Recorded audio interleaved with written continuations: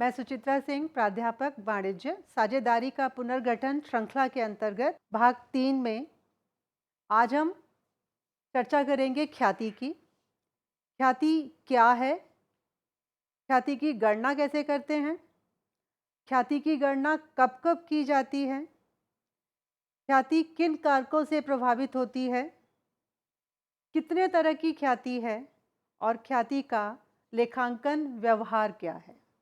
सबसे पहले हम बात करेंगे ख्याति होती क्या है। अगर नया व्यवसाय है तो उसकी ख्याति नहीं होगी।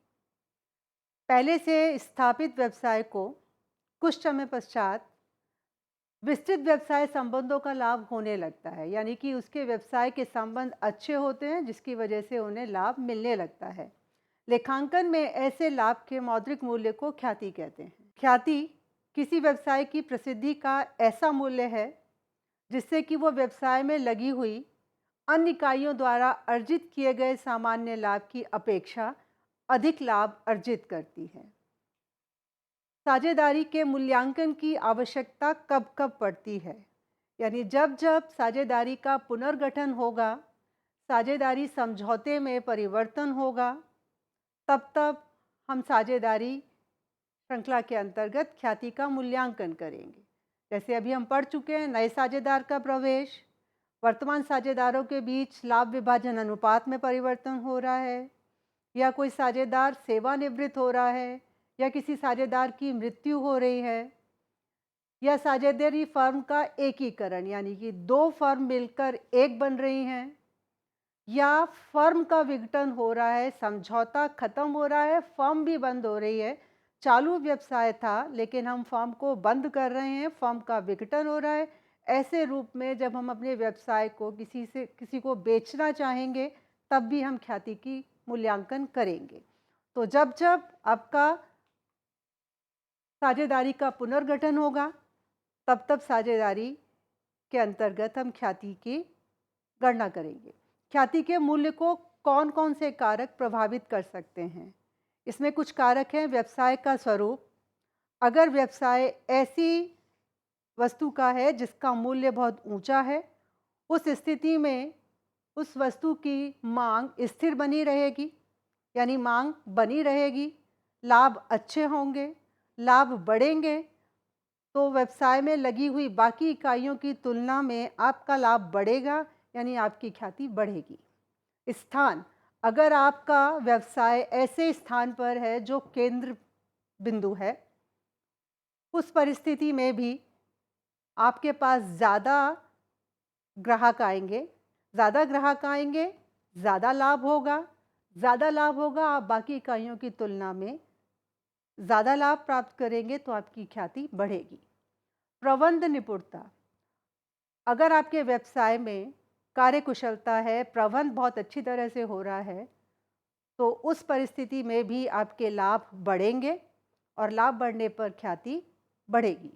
बाजार की स्थिति, अगर संसाधनों पर आपका ही एकाधिकार है या संसाधनों पर आपके व्यवसाय के साथ आपकी प्रतियोगिता बाकी इकाइयों से कम है, आपकी प्रतियोगिता कम है, आपका एकाधिकार है, ज़्यादा लाभ आपको मिलेंगे, ज़्यादा लाभ बाकी इकाइयों की तुलना आपकी ख्याति को बढ़ाती है। विशेष लाभ, कुछ और विशेष लाभ हो सकते हैं, जैसे आपको कच्चे माल की सप्लाई बराबर मिल रही है, ज़्यादा लाभ, ख्याति का बढ़ना। तो ये कुछ बिंदु हैं जिनसे आपकी ख्याति प्रभावित होगी। अब ख्याति के प्रकार कितने हैं, कितने तरह की ख्याति होती है? जब हम नए व्यवसाय से शुरू करते हैं और उसे एक ऊंचाइयों तक पहुंचाते हैं, तो इसका मतलब हमने अपनी लाभ बढ़ाकर अपनी ख्याति अर्जित की है। तो ये आंतरिक रूप से अर्जित ख्याति है। अब अगर आप किसी दूसरे व्यवसाय को खरीद रहे हैं, तो उस व्यवसाय को खरीदने के साथ साथ आप उसकी ख्याति भी खरीद सकते हैं, जिसे हम कहते हैं क्रय की गई ख्याति। यहाँ मैं एक उदाहरण दूंगी कि एक साझेदारी में 3 साझेदार थे, ए, बी और सी। उन्होंने बिल्कुल ज़ीरो से अपना व्यापार शुरू किया, अपना व्यवसाय शुरू किया और कुछ ही वर्षों में अपने व्यवसाय को एक ऐसे बिंदु पर ले गए जहां उन्हें अधिक लाभ हो रहे हैं। इसका मतलब ज़ीरो से शुरू करके, शून्य से शुरू करके एक अधिकतम लाभ, एक अधिक सीमा तक लाभ लेने शुरू किए। उन्होंने अपनी ख्याति बढ़ाई है, उन्होंने अपनी ख्याति को प्रभावित किया अपने कार्यों से, अपने प्रबंधीय कुशलता से। तो यहाँ पर ये जो ख्याति निकली वो कहलाएगी अर्जित ख्याति। ये उन्होंने ख्याति खुद बनाई है। दूसरी है क्रय की गई ख्याति। यहाँ पर भी एक उदाहरण देती हूँ। मान लेते हूँ कि मेरा व्यवसाय है जिसकी संपत्तियों का मूल्य 50 लाख है और मेरी देयता 7 लाख है। तो 50 लाख में से 7 लाख अगर घटा दिया जाए तो 43 लाख पर मेरा व्यवसाय बेचा जा सकता है और मैं अपने व्यवसाय को बेचना चाहती हूँ। और दूसरा कोई पार्टी जो मेरे व्यवसाय को खरीदना चाहती है, मैं उसे 43 लाख से ऊपर ही बेचूंगी। क्यों? इतने सालों में जो मैंने ग्राहक बनाए हैं वो ग्राहक भी उस व्यवसाय के साथ उनके पास चले जाएंगे जिन्होंने मेरा व्यवसाय खरीदा है। अब वो मेरा व्यवसाय बजाय 43 लाख के 48 लाख में खरीदते हैं। इसका मतलब वो 5 लाख मुझे ज़्यादा दे रहे हैं। जो 5 लाख ज़्यादा दे रहे हैं वो ख्याति उन्होंने मेरी खरीदी है और मैंने उस ख्याति को बेचा है। इसका मतलब क्या ख्याति खरीदी और बेची जा सकती है?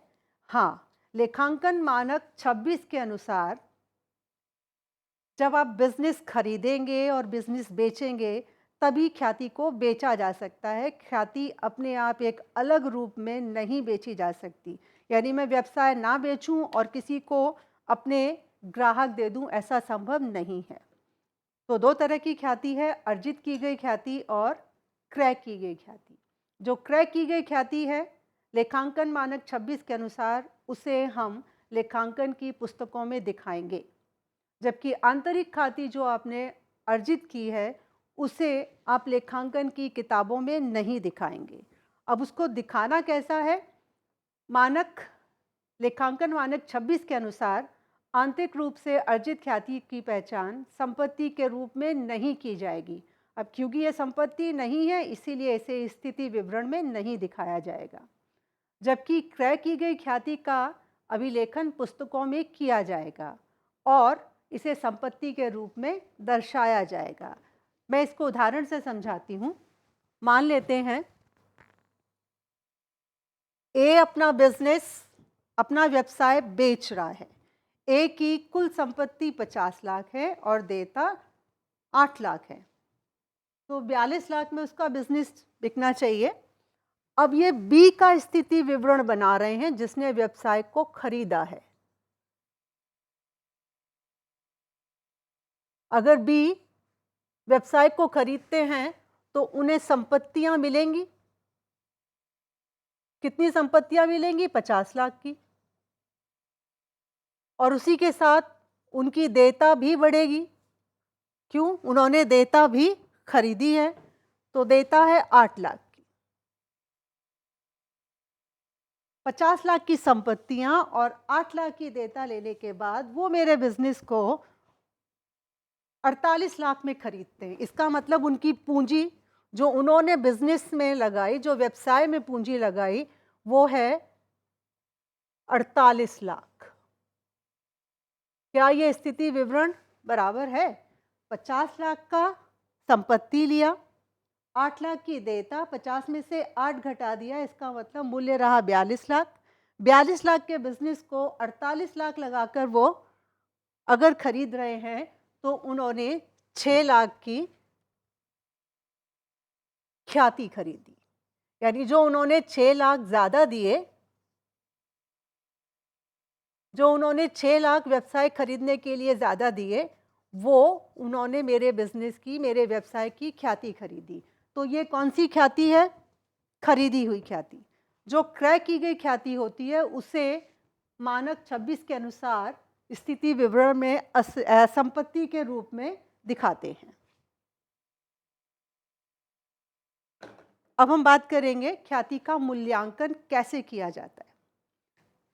ख्याति के मूल्यांकन करने की 3 विधियां हैं: औसत लाभ विधि, अधिलाभ विधि और पूंजीकरण विधि। औसत लाभ विधि में गत वर्षों के कुल लाभ भाग में वर्षों की कुल संख्या, ऐसा करके हम औसत लाभ निकाल लेते हैं और ख्याति निकालने के लिए, ख्याति की गणना करने के लिए उस औसत लाभ को क्रय वर्षों की संख्या से गुणा कर देते हैं। अब सवाल ये उठता है कि ये क्रय वर्षों की संख्या क्या है? क्रय वर्षों की संख्या कहती है कि भावी वर्षों में सब कुछ सामान्य रहता है तो कम से कम आने वाले 2 वर्ष या 3 वर्ष तक लाभ समान रहेंगे, लाभ में परिवर्तन नहीं होगा। तो भावी वर्षों में लाभ अर्जित करने की या लाभ होने की संभावना है कि आने वाले 2 वर्ष या 3 वर्ष तक इतने ही लाभ बने रहेंगे जितने औसतन लाभ पिछले वर्षों में हो रहे हैं। तो उसके आधार पर हम औसत लाभ विधि के अंतर्गत ख्याति की गणना करते हैं। दूसरा, अधिलाभ विधि। अधिलाभ विधि का मतलब है औसतन जितना लाभ व्यवसाय में लगी हुई इकाइयों को हो रहा है, आपको भी लाभ हो रहा है। आपका औसत लाभ इस व्यवसाय में लगी हुई बाकी इकाइयों की तुलना में आपका औसत लाभ ज़्यादा है। सामान्य लाभ वो लाभ है जब फर्म पे पूंजी लगाई जाती है, पूंजी का विनियोग किया जाता है, तो आमतौर पर बाकी इकाइयों को कितना सामान्य दर से प्रतिफल मिल रहा है और आपका औसत लाभ कितना है। अगर आपका औसत लाभ बाकी इकाइयों के सामान्य लाभ से तुलना में ज़्यादा है, इसका मतलब आपकी ख्याति ज़्यादा है। आपका औसत लाभ जो आपने अर्जित किया है, आपका वास्तविक लाभ है और ये लाभ बाकी इकाइयों जो कि इतनी पूंजी लगा रही थीं और उनको सामान्य प्रतिफल मिल रहा था, आपका औसत लाभ उसकी तुलना में ज़्यादा है, आपको अधिलाभ हो रहा है। इस अधिलाभ का फ़ायदा उठाकर आप अपनी ख्याति की गणना करेंगे। तो यहाँ पर भी ख्याति की गणना अधिलाभ के आधार पर की जाएगी। पहले हम इन दोनों विधि से कुछ प्रश्न करेंगे।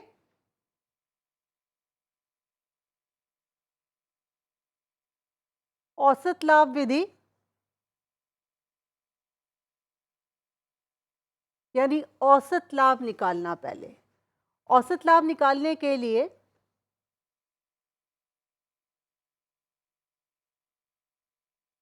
हम गत वर्षों का कुल लाभ निकालेंगे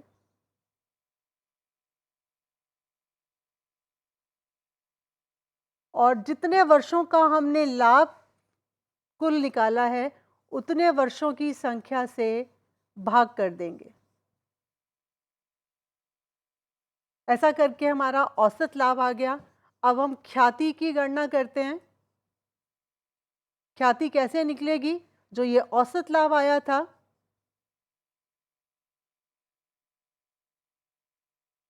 इसको गुणा कर देंगे क्रय किए गए वर्षों की संख्या से।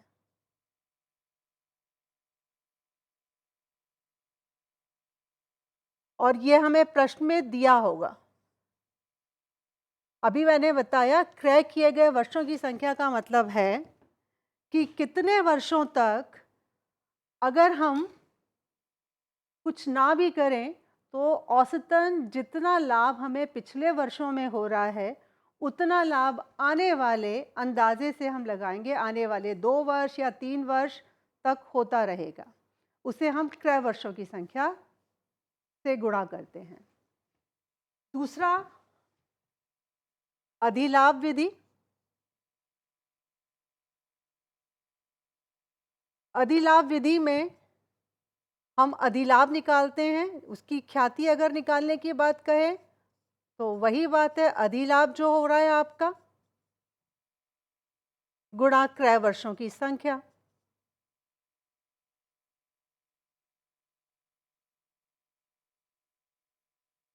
ख्याति तो निकल आई, लेकिन अधिलाभ क्या है? अधिलाभ निकालने के लिए आपका जितना औसत लाभ हो रहा है वो ज़्यादा है सामान्य लाभ से। अब सामान्य लाभ क्या है? जिस व्यवसाय में आप लगे हुए हैं उस उद्योग में बाकी इकाइयां इतना पूंजी विनियोग करने पर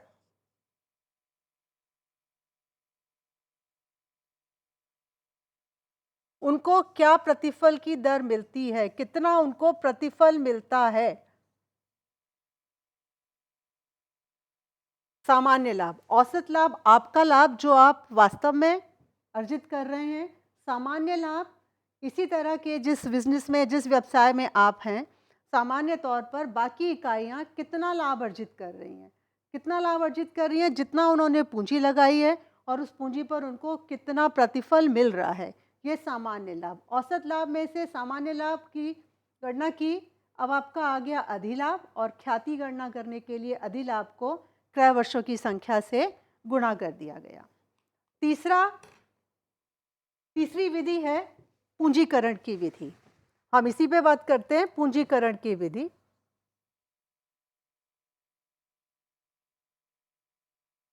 पूंजीकरण विधि में दो इसके सहभाग हैं। पहला है औसत लाभ का पूंजीकरण, और दूसरा भाग है अधिलाभ का पूंजीकरण।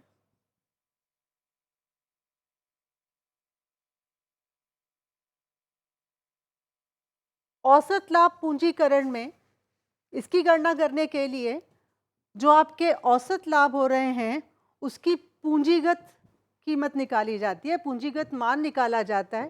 पहला स्टेप, औसत लाभ की पूंजीगत मूल्य।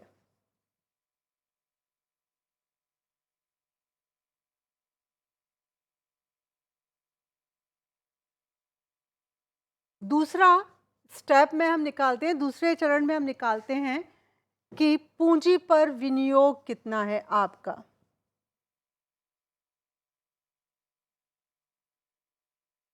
तीसरे स्टेप में हम ख्याति निकालते हैं। आपका पूंजी विनियोग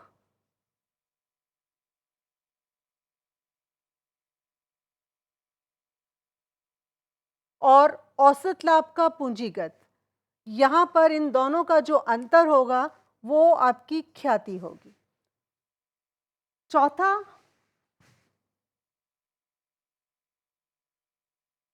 अधिलाभ का पूंजीकरण। यहां पर सिर्फ अधिलाभ को उसके प्रतिफल से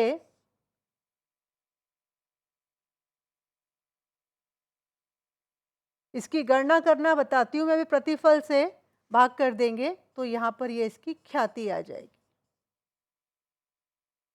तो तीन विधि हैं, औसत लाभ विधि, अधिलाभ विधि और तीसरा पूंजीगत विधि। औसत लाभ का पूंजीकरण करने के लिए पूंजीगत लाभ का मूल्य निकाला। कैसे निकाला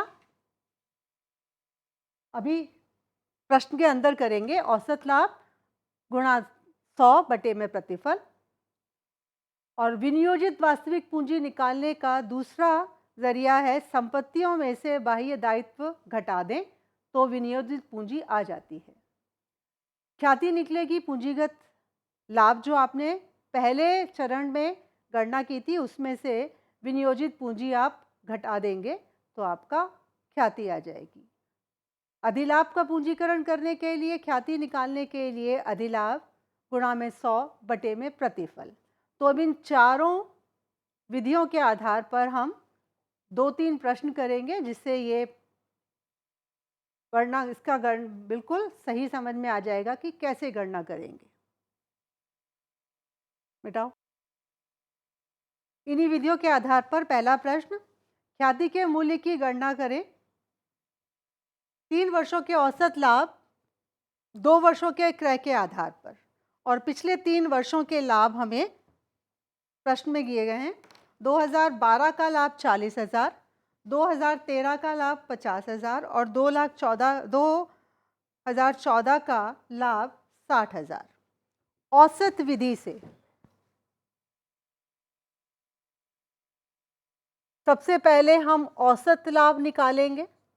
औसत लाभ में गत वर्षों के लाभों को हम जमा कर देंगे। 40,000 जमा 50,000 जमा 60,000, गत वर्षों का कुल लाभ बटे में ये जितने सालों के लाभ हैं उससे भाग कर देंगे। तो ये हो गया आपके पास 1,50,000 बटे में 3, आपका औसत लाभ आ गया 50,000 रुपये। अब हमें निकालनी है ख्याति। ख्याति की गणना करनी है। तो फर्म की ख्याति औसत लाभ गुणा में क्रय वर्षों की संख्या, और सवाल में हमें दिया है 2 वर्षों के क्रय के आधार पर, यानी 2 वर्ष तक हमें इतने ही लाभ होंगे। औसतन जितने लाभ पिछले 3 सालों में हो रहे हैं उसका औसत आया 50,000। औसतन पिछले 3 सालों में जितने लाभ हो रहे हैं आगे आने वाले 2 वर्षों में हमें इतने ही लाभ होंगे। तो इसकी गणना हम अभी कर लेते हैं। हमारी ख्याति हो गई 1,00,000 रुपए। अगला प्रश्न देखें। यहाँ कुछ समायोजन करना है। प्रश्न गिवन है, ख्याति के मूल्य की गणना 3 वर्षों के आधार पर 2 वर्षों के क्रय के आधार पर करें और पिछले 3 सालों का लाभ आपको दिया हुआ है। प्रश्न वही है। 2012 का लाभ 40,000, लेकिन अब इसमें कुछ समायोजन करना है। समायोजन ये है कि आग लगने पर आपके स्टॉक की क्षति हो गई और जिसको आपने 20,000 खाते में नाम कर दिया, डेबिट कर दिया, नाम कर दिया 40,000। इसका मतलब आग लगने पर क्षति हुई है। क्या ऐसा हर साल होगा? नहीं, सिर्फ उसी वर्ष हुआ है। तो ये आपके असामान्य हानि हुई है। तो अगर किसी वर्ष में असामान्य हानि हुई है तो ज़रूरी नहीं है कि आगे आने वाले भविष्य में भी वो हानि होगी, इसलिए उस हानि का हम समायोजन कर लेंगे। तो जो हमें असामान्य हानि हुई है हम उसे उस वर्ष के लाभ में जोड़ देंगे। इसी तरह से 2013 का हमारे पास लाभ है 50,000। यहाँ पर संपत्ति को बेचा और संपत्ति को बेचने पर आपको लाभ हुआ 5,000। तो ये 5,000 इस लाभ में जुड़ा हुआ है। क्या ऐसा होगा कि हम हर साल संपत्ति बेचेंगे? तो ये असामान्य लाभ हुआ है उस वर्ष में। तो असामान्य लाभ को उस वर्ष के लाभ में से घटा देंगे। इसी तरह से 2014 वर्ष 2014 में 60,000 का प्रॉफिट हुआ, लाभ हुआ। और क्यों लाभ हुआ उसमें लिखा है कि इसमें आपने कहीं विनिवेश किया था और उस पर आपको ब्याज मिला है 20,000 का। क्या ये ब्याज आपको हर साल मिलेगा आने वाले वर्षों में? नहीं, ये असामान्य लाभ है। तो जब हम औसत लाभ की गणना करेंगे तो किसी वर्ष में अगर असामान्य लाभ हुआ है तो ऐसा आने वाले वर्षों में नहीं होगा, इसलिए असामान्य लाभ को घटा देंगे। और अगर असामान्य हानि हुई है तो ऐसा आने वाले वर्षों में नहीं होगा, इसीलिए असामान्य हानि को जोड़ देंगे।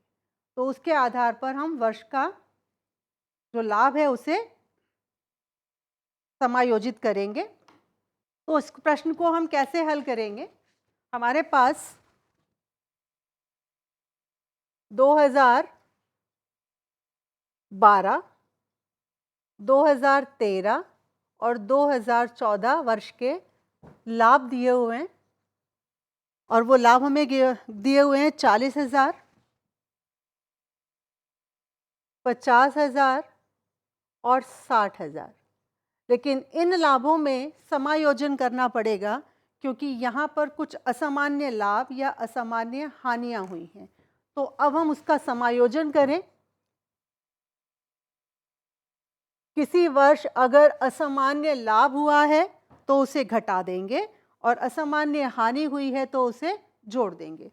तो 2012 में हमें आग लगने पर 20,000 का असामान्य हानि हुई थी, इसलिए इसको जोड़ देंगे। ऐसा हर साल नहीं होगा। वास्तव में उस साल के वास्तविक प्रॉफिट, वास्तविक लाभ थे 60,000, लेकिन सिर्फ इसकी वजह से लाभ कम हुए हैं। इसी तरीके से 2013 में 50,000 की लाभ थे, लेकिन वहाँ पर आपने एक संपत्ति बेची थी और उस पर आपको 5,000 का लाभ हुआ था, जो इस लाभ में जुड़ा हुआ है। ऐसा हर साल नहीं होगा, इसलिए यहाँ पर हम असामान्य हानि को जोड़ेंगे और असामान्य लाभ को घटा देंगे। इसी तरीके से 60,000 2014 का लाभ है और इस पे विनिवेश पर ब्याज हमारा जुड़ा हुआ था 20,000 का, उसे निकाल देंगे। 40,000, इसका मतलब हमारे पास 40 में 20 जोड़ दिया 60,000, 50 में से 5,000 घटा दिया 45,000 और 60,000 में से 20,000 जो आपका असामान्य लाभ हुआ था उसे घटा दिया। अब आपका वास्तविक लाभ हो गया 1,35,000। ये आपके पास लाभ है। लाभ को वर्षों से, कितने वर्षों का ये लाभ है? 3 वर्षों के, तो ये आपका औसत लाभ आ जाएगा। तो औसत लाभ इन तीनों को अगर जोड़ दिया जाए तो 1,45,000 और गत वर्ष कितने सालों का ये लाभ है? 3 सालों का। 3 से भाग किया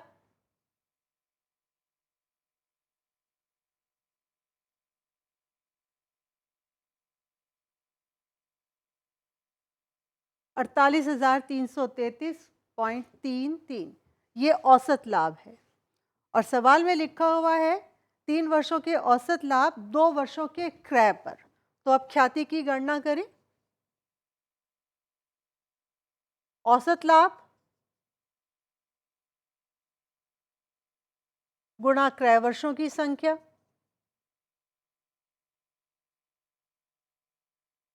तो औसत लाभ आपके हुए 48,333.3 और क्रय वर्षों की संख्या प्रश्न में दी हुई है 2 वर्ष, तो इसको 2 से गुणा कर देंगे।